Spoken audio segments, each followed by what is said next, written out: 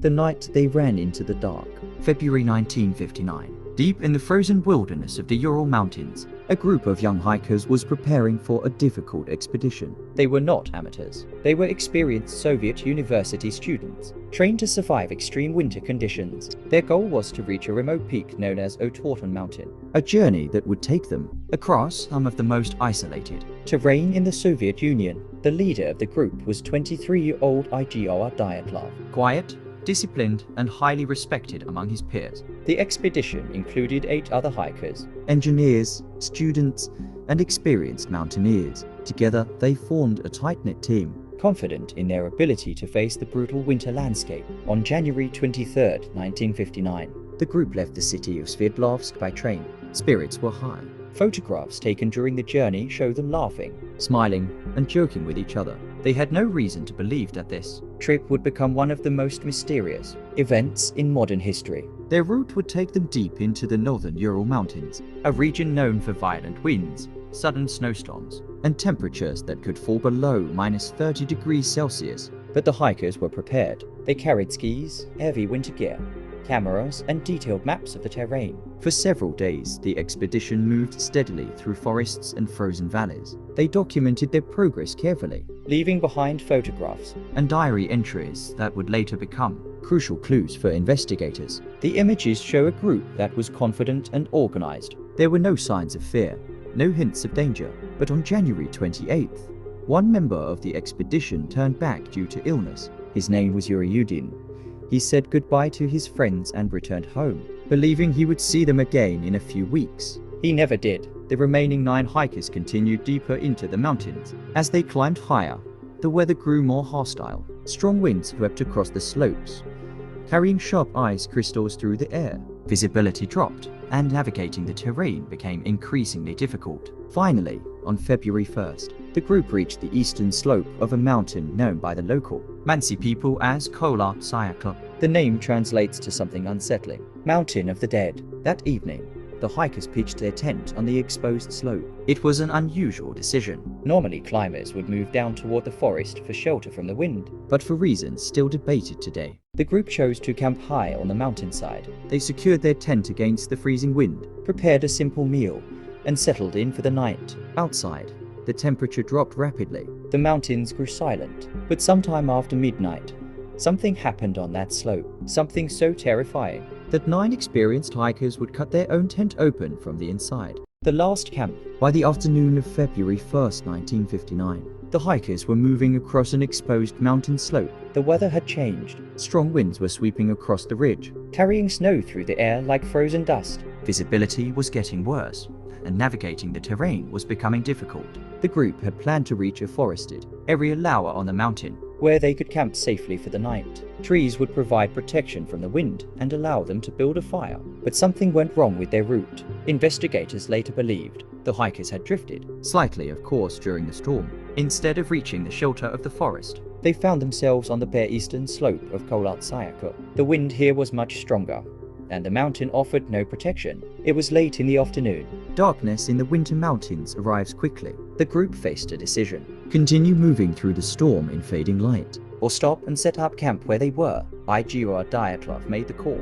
They would camp on the slope. Working together, the hikers began cutting into the snow to create a flat surface for their tent. Using skis and poles, they secured the structure against the powerful wind. The tent stood alone on the mountainside, exposed to the elements. Inside, the temperature was brutally cold, but the hikers were experienced. They changed into dry clothing, organized their gear, and prepared a simple meal. Their cameras captured the final moments of the expedition. The last photographs show a group that still appeared calm. One image shows a figure standing in the blowing snow, barely visible through the storm. Another photo captures the hikers digging into the frozen slope to stabilize their tent. Nothing in these images suggests panic. Nothing suggests fear, but something else stands out: the location of the tent. Experienced mountaineers almost never camp on an open slope during a storm. The forest below was less than a mile away, safer, warmer, protected from the wind. Yet the group chose to stay exactly where they were. Night fell quickly over the mountain. The wind howled across the empty slope, shaking the fabric of the tent. Outside, the temperature dropped far below freezing. Inside the tent, 9 hikers settled in for the night. Their boots were lined neatly near the entrance. Their outer clothing hung inside to dry. Their skis were placed carefully in the snow outside. Everything suggested The group expected to sleep through the night. and continue their journey the next morning. But sometime after midnight, something happened. Something so sudden, so terrifying, That 9 experienced hikers abandoned their shelter, cut open their tent from the inside. and stepped out into the freezing darkness of the mountain, most of them without shoes. The night of terror. Sometime during the night of February 1st, 1959, Something happened on the eastern slope of Kholat Syakhl. the mountain was buried under darkness. The wind continued to scream across the open slope. Shaking the small expedition tent. Outside, the temperature had fallen far below freezing. The snowstorm had not stopped. Inside the tent, the 9 hikers were resting after a long and exhausting day. Their boots were near the entrance. Their heavy outer clothing was hung up to dry. They were preparing to sleep before continuing their journey in the morning. Then something changed. Investigators would later discover a detail that still disturbs experts today. The tent had been cut open from the inside. Not the entrance, the fabric itself. Long slashes torn through the side of the tent. Whoever made those cuts was desperate to get out as fast as possible. When search teams finally reached the campsite weeks later, They found the tent partially collapsed under snow. Inside were backpacks, cameras, food, and warm clothing. all left behind. The hikers had fled into the night wearing almost nothing. Some of them had no boots. Some were wearing only thin clothing meant for sleeping. Yet the footprints told an even stranger story. Investigators discovered a line of tracks leading away from the tent. 9 sets of footprints descending slowly toward the forest nearly a mile away. But the tracks did not show panic. They were not running. They were walking, calmly, one step after another, into the darkness. Why would experienced Mountaineers leave their only shelter during a deadly winter storm. What could force them to abandon warm clothing, supplies, and safety? Something outside the tent. or something inside it? The footprints continued Down the slope until they disappeared near the edge of the forest. Beyond that point, the snow had erased the trail. But what search teams discovered next would turn the mystery. into one of the strangest cases in modern history. Under a large cedar tree near the forest line, investigators found the first 2 bodies. The young men were barefoot. Their hands were burned, as if they had desperately tried to start a fire. The branches of the cedar tree above them were broken nearly 5 meters high. It looked as if someone had climbed the tree, Trying to see something, something happening back on the mountain, something near the tent.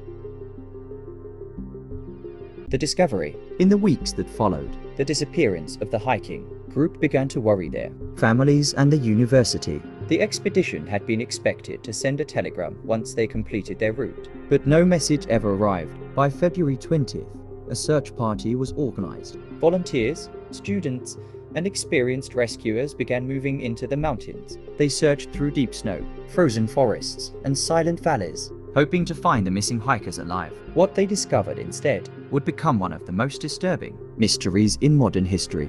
On February 26th, searchers finally located the tent. It stood partially collapsed on the exposed slope of Kholat Syakhl, buried under drifting snow. when investigators carefully examined the scene, They immediately noticed something deeply unsettling. The tent had been cut open from the inside. several long slashes ran across the fabric. The hikers had not used the entrance. Instead, they had forced their way out through the side of the tent. Inside the shelter, everything remained in place. Boots, Warm coats, food, cameras. all the equipment needed to survive the brutal winter night. Yet the hikers had left without any of it, following the trail of footprints leading away from the tent. The search team slowly descended the mountain toward the forest. Nearly a mile away, beneath a large cedar tree, they found the first 2 bodies, Yuri Krivonishenko and Yuri Doroshenko. They were barefoot. Dressed only in thin clothing. The skin on their hands showed signs of burns, as if they had desperately tried to build a fire to survive the freezing cold.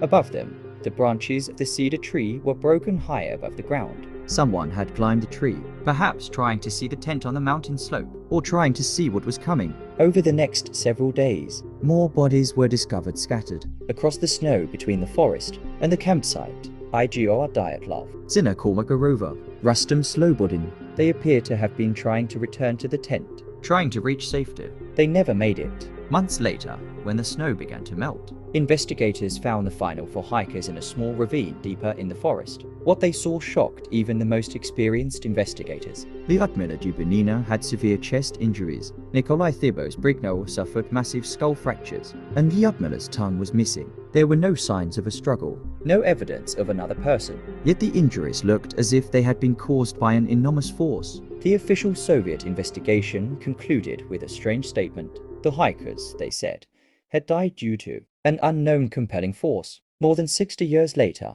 the question remains, what terrified 9 experienced hikers so much that they abandoned their shelter and walked into the freezing darkness of Dyatlov Pass?